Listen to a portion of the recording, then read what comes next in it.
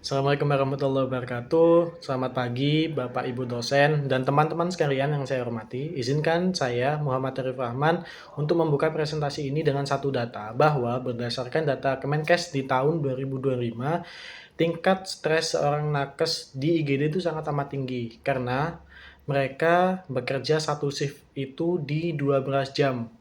Dengan stres yang sangat tinggi tersebut, pertanyaannya kadang-kadang kita merupakan ini, bentuk apresiasi apa sih yang pernah kita berikan kepada para nakes tersebut, seperti itu. Saya Muhammad Arif Rahman, bekerja sebagai corporate service di Duri Bairutao, satu brand internasional cake dan hampers dari Jepang.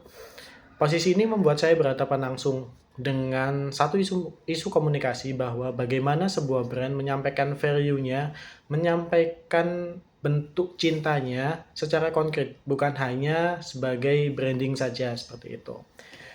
Baik, dalam kajian komunikasi pemasaran, kita mengenal konsep bahwa ada yang namanya emotional branding, di mana produk tidak lagi dijual karena fungsinya saja, tapi karena feeling yang ia bawa, seperti itu.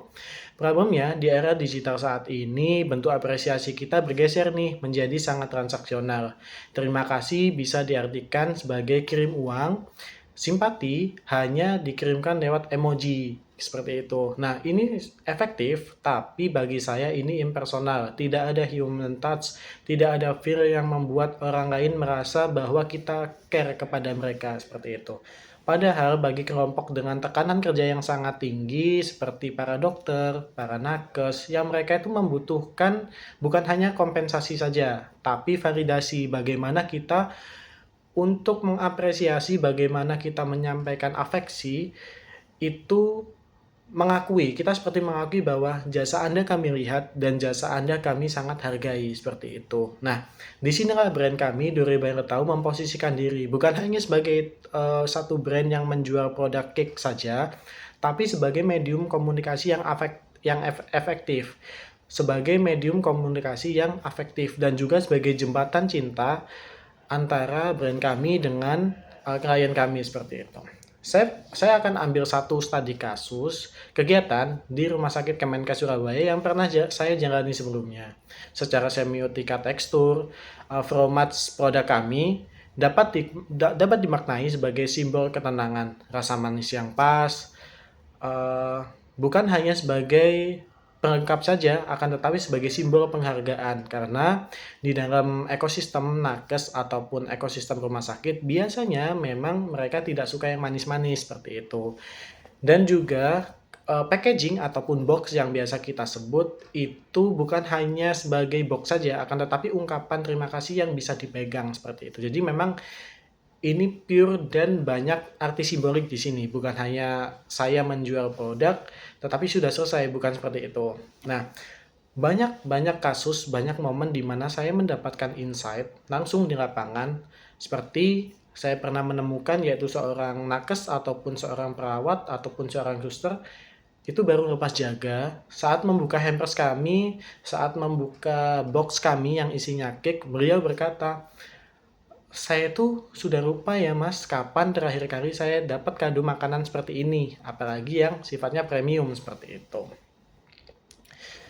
Memang kalimat ini seperti data kualitatif menurut kami, karena bahwa ada kekosongan emosi yang selama ini tidak bisa diisi oleh kita, para sales ataupun eh, siapapun yang biasanya hanya menyelesaikan itu dalam bentuk transfer bank ataupun kita sebutnya gaji, seperti itu ya.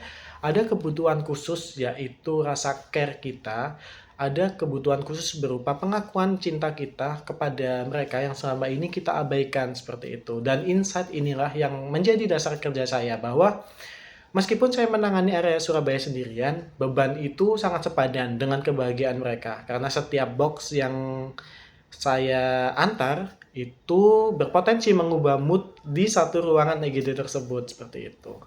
Baik, Bapak Ibu dan teman-teman, dari kasus ini saya bisa tarik benang merahnya untuk ilmu komunikasi. Pertama, di masa depan, brand yang bertahan adalah brand yang mampu menjadi teman, bukan hanya sebagai penjual saja. Kedua, bagi kita calon praktisi komunikasi, tugas kita adalah menciptakan message, menciptakan pesan yang meaningful ya, bukan sekedar reach dan impression saja, tapi impact ke perasaan itu seperti apa gitu.